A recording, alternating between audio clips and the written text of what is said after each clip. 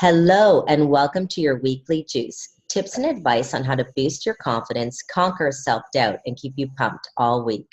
I'm Louisa Jewell, author of Wire Your Brain for Confidence, The Science of Conquering Self-Doubt. And I am thrilled to have my good friend, Pax Tandon, on the call today. Hi, Pax. How are you doing? Hello, I'm well. How are you? I'm doing just great. And I am so excited to tell everyone who's listening today on the Weekly Juice all about your new book, Mindfulness Matters, A Guide to Mastering Your Life. I just love your work. I love everything you do. And so I just know that your book is going to be filled with such incredible wisdom and your vast knowledge on this topic. And, one of the things that you talk about, Pax, is that mindfulness is really the foundation of happiness. So can you tell us more about that? Yeah, indeed. So I call mindfulness the foundation of thriving because it's a practice that allows you to, let's say, empty the proverbial cup, right? And we talk a lot in psychology and positive psychology in particular about the cup being either half empty or half full, right? And if you really want to fill up that cup, you need to make sure that there's no hole in the bottom, right? Where other things are leaking out. And then you're consistently trying to fill it up with these interventions and amazing well-being initiatives. But to me, mindfulness is that patching of the hole in the cup, right? That ability to come back every day to a practice where you are present, where you can reground yourself, refocus, gain clarity, gain objectivity. And then once that whole of the things that life will do, to create those perforations in your cup, mindfulness is the thing that patches them over. And then you can start layering in, filling in the cup with all of the other amazing interventions that we use and work with that are so effective. They're that much more effective if you've got a cup that's cohesive, right, and full. I love that. I love the analogy of, how do you keep filling your cup if it has a hole in it? You're absolutely right. There has to be a way to embody that. And in your book, you talk about ways that we can be more mindful, body, mind, and spirit. So can you give us some tips on how we can really practice this and embody this in our lives? Yeah, sure. Great. Another great question. So getting juiced up, Louisa Jewell. Love it. So the precursor to that question, I'll just say first is a little bit of the why, right? Why does mindfulness work so well to patch the cup, to make sure that it's something we can fill more liquid into? And that very simply is just that, we need objectivity to our experience in life. Right? We need to be able to be aware of the things that are happening in order to make better choices, in order to choose to say, for example, that you want to be grateful today, right? That you're going to choose to see what there is to be grateful for in your life, as opposed to the way that we're hardwired, which is to see the negative, right? To see what's going wrong.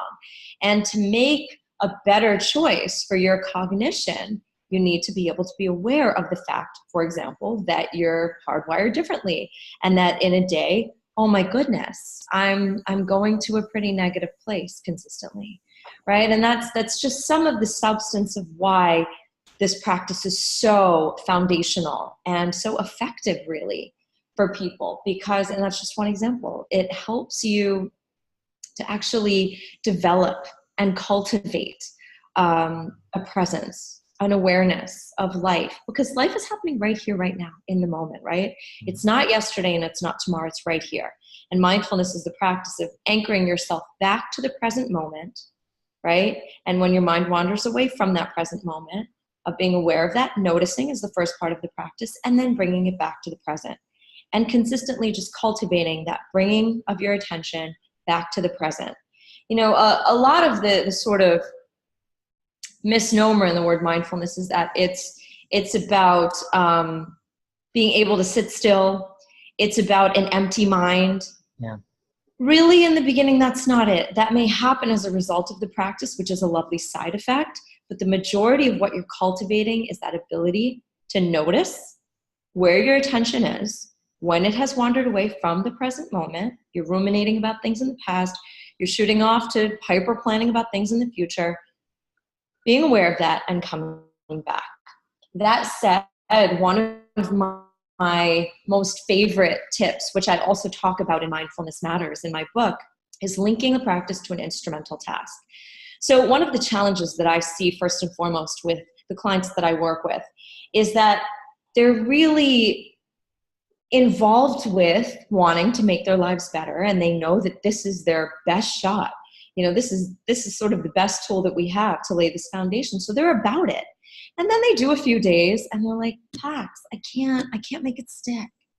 Life is happening and there are all these things that I'm busy with, and if I have 5 extra minutes in a day, I'm probably sleeping or doing something else. Practicing is hard that way. So I say, link it to an instrumental task. So for example, that would be like brushing your teeth. Do we ever forget to brush our teeth in the morning? For the most part, right? That oral hygiene thing is ingrained in us, and it's important, right? Yeah. If we want to even sustain friendships, any kind of relationships in our lives, we need clean teeth, we need good breath. Yes. So that's something we remember to do. And actually, we don't even remember to do it. It's habit, it's rote. So we just kind of go to the sink, we do our thing, we have the toothbrush in our hand, and we're going. Yeah. So if we start attaching the practice of mindfulness every day to the act of brushing our teeth, we're now linking the practice to this instrumental task, which would be the toothbrushing. And now we're setting ourselves up very well to make mindfulness practice a habit every day. So is it when I go to brush my teeth, I think, okay, now is the time. Do I practice mindfulness? Is it mindful brushing? Like how does that? Well, that's a great question. That's a layer. Yeah. When you get a little bit more versed in the practice, I would say absolutely you can be mindful about brushing your teeth. So as you're brushing, you're very aware of each sensation, right, of the bristles on your gums, on your teeth.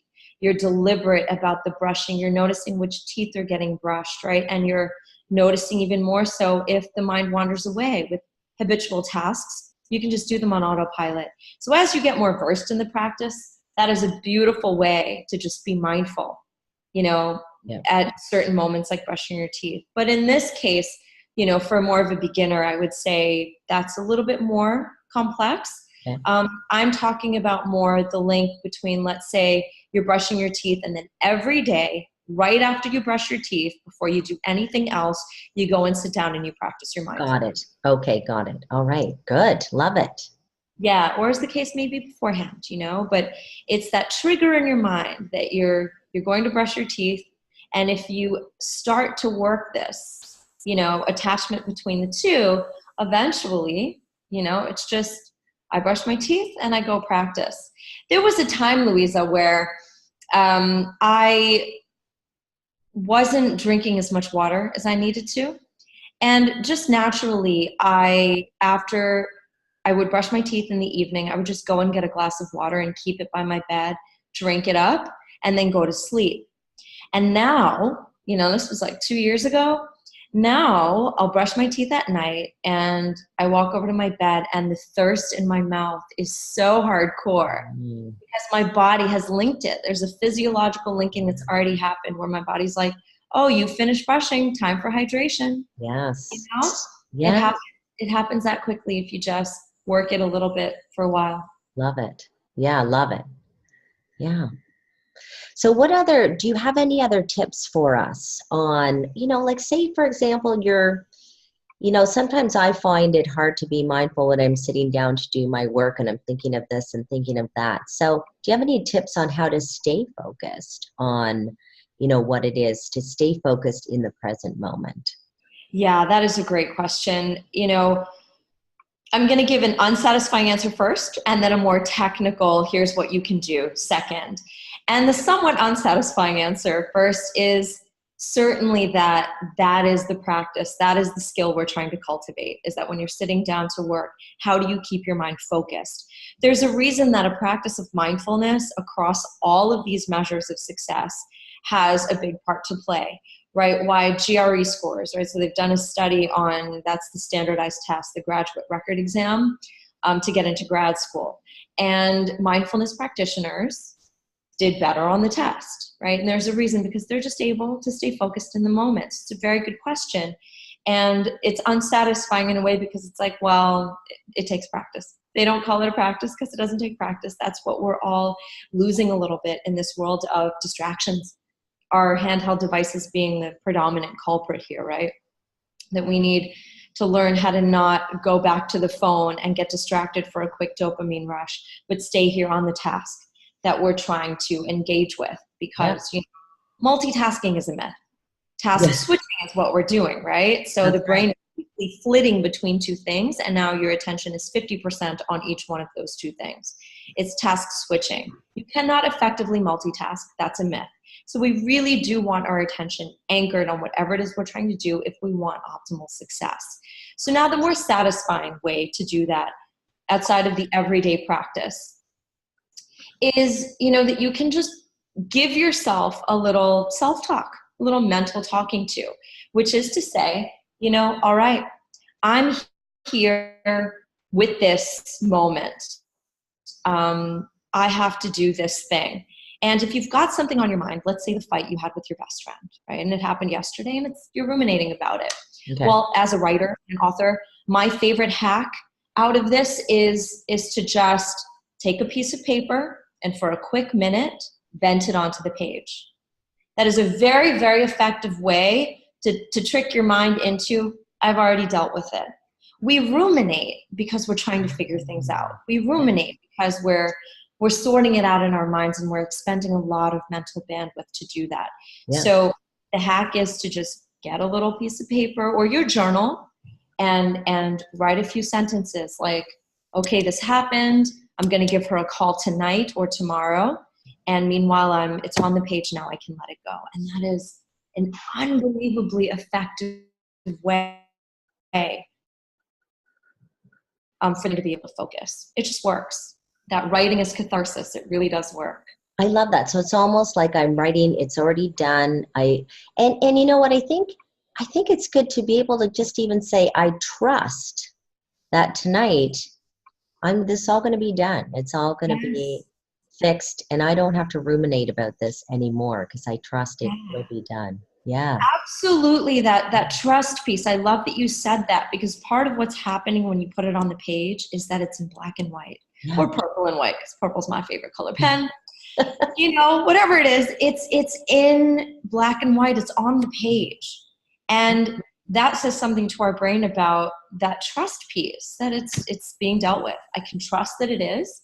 Now I don't have to keep ruminating about it. Oh, I love it. Thank you. Thank you. Yeah, you got it.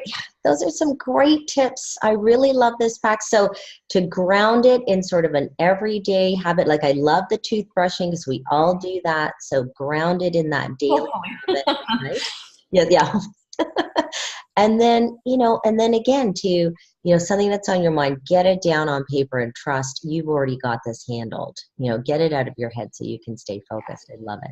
Well, like I said, that's the hack. The daily practice will effectively get you to a place of having your focus with you all the time. And I think that's what it is. I think it's a practice. Like people think that you can just start being, mindful, today and it's all done. But you're right. It takes time to kind of practice, create those neural pathways in your brain. And the more you practice that kind of focus, the easier it will become over time. Indeed. I mean, I give this analogy to the physical body and the gym because people really get this. Everybody knows that you're not going to do one gym session, right? And then a month later, you've built all these muscles and you sustain it, right? That doesn't happen. No. And the attention is a muscle, just like anything else that you keep flexing over and over, like with duration and time, you build it stronger. Yeah. And then you have it, right? Yeah, exactly. You have the capability to lift that heavy suitcase. Yeah. The heavy suitcase here being focusing on a task. Yes. Great. Love it. Okay. Well, thank you. Thank you for that. Amazing. That's a pleasure. For all of those tips. Thank you for being on the Weekly Juice. I really appreciate it so much, Pax. Thank you.